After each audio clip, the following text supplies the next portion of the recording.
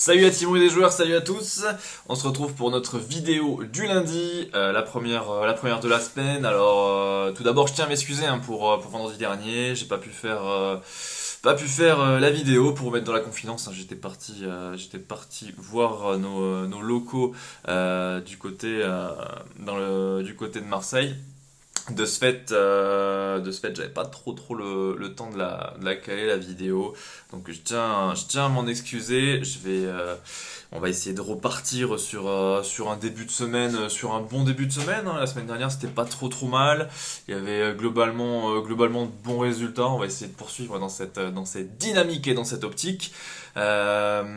Aujourd'hui, on a une petite carte au programme, bien plus petite que d'ordinaire. On a seulement 8 matchs au programme, donc une vidéo qui va être sur format court, comme d'hab, hein, et des belles petites affiches. Ouais, en l'occurrence, on va avoir des matchs interconférences bien sympas, un classique entre Toronto et Boston, et pour finir, un beau match, hein, à l'ouest avec Dallas contre Phoenix.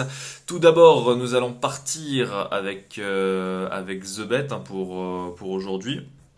The Bet qui propose un bonus à hauteur de 100 euros en free bet, en crédit de jeu non retirable.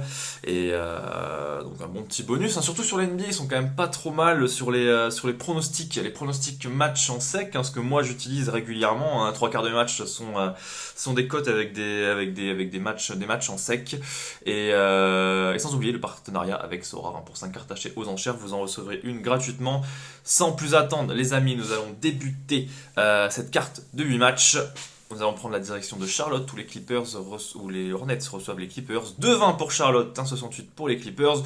Des cotes logiques. Charlotte ne va pas bien du tout, hein. Charlotte n'arrête pas de perdre. On savait, c'était une équipe qui avait des ambitions en début de saison.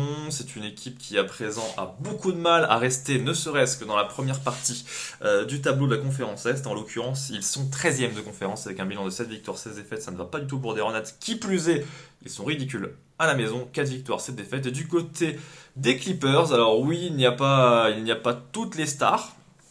Kawhi n'a même pas joué, je pense, le 2 tiers. Il n'a pas joué le 2 tiers des matchs, hein. Mais pour ce soir, la cote 1,70 des Clippers, elle est intéressante. Pourquoi? Parce que d'une part, je pense que même sans leur star, ils ont les moyens de prendre ce match à Charlotte. Et qui plus est, ce soir, Paul George, Luke Kennard et Kawhi Leonard pourraient jouer. Ils sont incertains. Je pense qu'un des deux, Paul George ou Kawhi, vont jouer. Moi, je pars sur une victoire des Clippers tous les jours face à des Hornets bien trop faiblards. Le deuxième match de la soirée nous amène du côté d'Orlando en Floride, où le Magic reçoit les Bucks. 4-10 pour Orlando, 1-24 pour les Bucks. Alors là, oui, il y a un différentiel énorme entre les deux équipes. Deux ambitions qui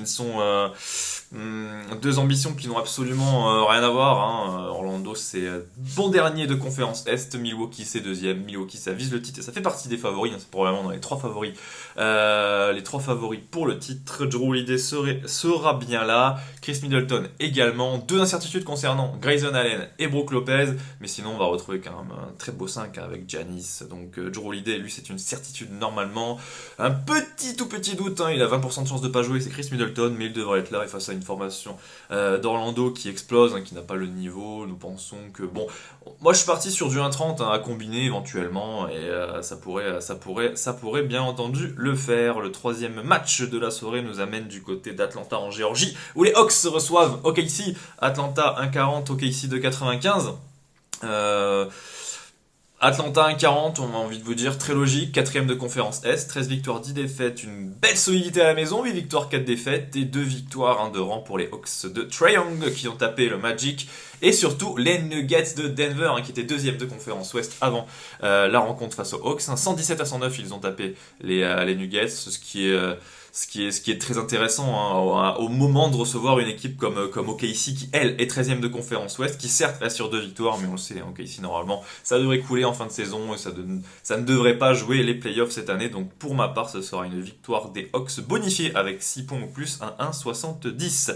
Le quatrième match de la soirée nous amène au Canada, où les Raptors reçoivent les Celtics, à 99 pour Toronto, 1,82 pour Boston, qui était fortement qui était un peu plus à la hausse, hein, ce matin. Boston, on les retrouvait plus autour de 2. Ce n'est plus vraiment le cas à l'heure actuelle. Ils ont descendu logiquement, hein, on voit pas pourquoi, Boston ne pourrait pas prendre cette rencontre.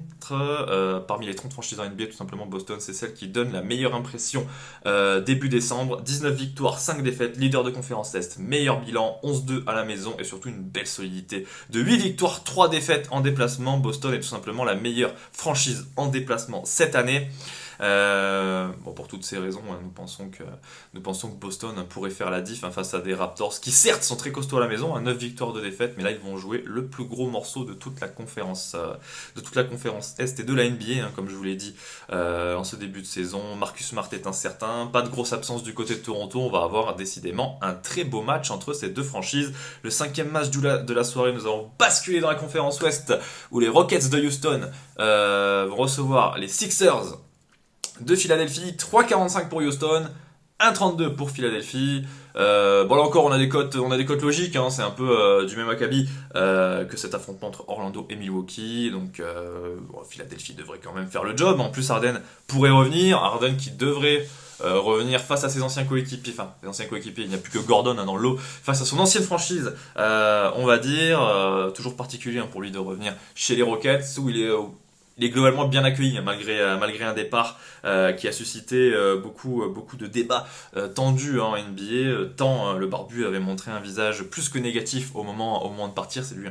C'est clairement lui qui a contribué au déclin de Houston à l'heure actuelle. Philadelphie, normalement, sans trop de soucis, devrait le prendre. Celui-ci, on le sait, les Sixers ne sont pas terribles cette année. Ils sont 5e, mais surtout, ils sont 5e avec 12 victoires pour 11 défaites. Et après, ils restent sur 2 revers de rang en déplacement. Mais si on exclut ces 2 revers, Philadelphie est resté sur une bonne dynamique en déplacement. Ils étaient en positif, maintenant ils ont basculé en négatif 5-6, mais je pense que face à des Rockets de Houston qui occupent la 14e place de la conférence Ouest avec un bilan de 6 victoires et de 7 défaites et qui ne gagnent pas grand chose à la maison, Philadelphie devrait faire le boulot. Je vais même partir sur un petit écart. Les Sixers à 6 points au plus à 1,70. Nous arrivons à la fin de cette carte et nous restons dans la conférence Ouest bien entendu. Les Grizzlies reçoivent le Heat de Miami. Une affiche équilibrée entre Memphis et Miami, 1,74 pour les Grizzlies, 2,10 pour Miami. L'explication est simple. Les books ils considèrent que la cote n'aurait pas été la même si Memphis n'avait pas joué chez les Pistons hier soir. On le sait, Memphis c'est un effectif qui plus est qui est meurtri par certaines blessures. On a Desmond Bane qui va revenir normalement dans 2 semaines. Steven Adams qui est incertain. Ils n'ont jamais, les hommes de Tyler Jenkins, ils n'ont jamais leur force au même moment. Ça c'est un peu chiant pour eux quoi. Il manque du monde systématiquement. Le 5 de départ n'est jamais le même. Bon, on va dire. Honnêtement, on peut dire systématiquement la même chose du côté de Miami en ce début de saison. 11 victoires, 12 défaites, mais un effectif qui ressemble souvent, qui est souvent bien meurtri. Miami, toutefois, reste sur un très gros succès dans le TD Garden de Boston. 116 à 120 pour le Heat de Miami qui ont tapé les Celtics en prolongation. Comme je vous l'ai dit au préalable, les Celtics pour moi c'est la meilleure équipe NBA à l'heure actuelle. C'est dire la force de Miami en ce moment, mais globalement son bilan en déplacement est cata, 3 victoires, 8 défaites, tandis que Memphis est très costaud à la maison, 8 victoires, 2 défaites, 4ème de conférence Ouest. Et généralement en NBA, surtout cette année, la dynamique domicile-extérieur veut dire énormément. Donc moi je vous conseille de partir sur un petit succès en faveur des Grizzlies de Memphis. L'avant-dernier match de la soirée, je vous l'avais teasé au préalable. Nous avons un beau Dallas Phoenix dans le Texas. Dallas Phoenix, possiblement le retour de Chris Paul pour les Suns, possiblement le retour de Chris Wood pour Dallas. La première de Kemba Walker attendra. Alors clairement, si on peut tenter d'expliquer ce qu'ont voulu mettre en place les books, parce que si vous regardez le classement, vous avez, honnêtement là il y a quand même beaucoup de questions à se poser. On regarde le classement de la conférence Ouest, on voit quoi? On voit des Suns leaders avec 16 victoires et 7 défaites, et Dallas à 11 victoires, 11 défaites. Là il y a peut-être quand même une petite anomalie, on voit des Suns qui flirtent avec les 2,30, ce qui est énorme, mais non, moi je partirais quand même sur une victoire de Dallas pour la simple et bonne raison que cette équipe gagne 75% de ses matchs à la maison, 9 victoires, 3 défaites. Phoenix est certes leader de conférence Ouest, mais un leader fragile à la conférence Ouest. Tout peut se passer, les équipes sont dans un mouchoir de poche, quand on voit le Thunder qui est 13e de conférence Ouest avec un bilan de 10 victoires pour 13 défaites, vous avez tout compris. Donc en plus à l'extérieur les Suns sont pas bons, c'est 4 victoires 5 défaites. Moi je pars sur une victoire des Mavericks de Dallas qui ont tapé sauvagement les Knicks de New York il y a 2 jours dans le Madison Square Garden, et nous allons finir cette journée NBA avec un affrontement entre les Warriors et les Pacers, un affrontement totalement déséquilibré sur le papier. Les Pacers sont en back-to-back, ils ont perdu contre Portland la nuit dernière 116-100. Là ils vont se déplacer chez une équipe de Golden State qui est tout simplement la meilleure franchise de toute la NBA à la maison, 11 victoires, 1 défaite. Moi, je pense qu'ils vont quand même prendre une sauce, hein, nos Pacers là. Ça sent pas bon du tout, d'autant plus que hier il y a eu des absents, hein, du côté d'Indiana, Tyrese Haliburton, qui est en plus annoncé forfait ce soir, hein, le meilleur marqueur et passeur de cette équipe. Indiana, on le sait, c'est plutôt fragile. Indiana perd des matchs, hein, on le savait, hein, je vous l'avais dit. Dans ce road trip dans la conférence Ouest leur fait le plus grand mal. Ils ont descendu à la 6ème place de la conférence avec un bilan de 12 victoires, 11 défaites. Ils ont perdu leurs 3 derniers matchs. Ils ont perdu de 16 points. Contre Portland, ils ont perdu de 20 points contre le Jazz, et ils ont perdu de 23 points contre les Kings de Sacramento. Pour toutes ces raisons, moi je vous conseille de partir sur les Warriors à 11 points au plus pour une cote à 2.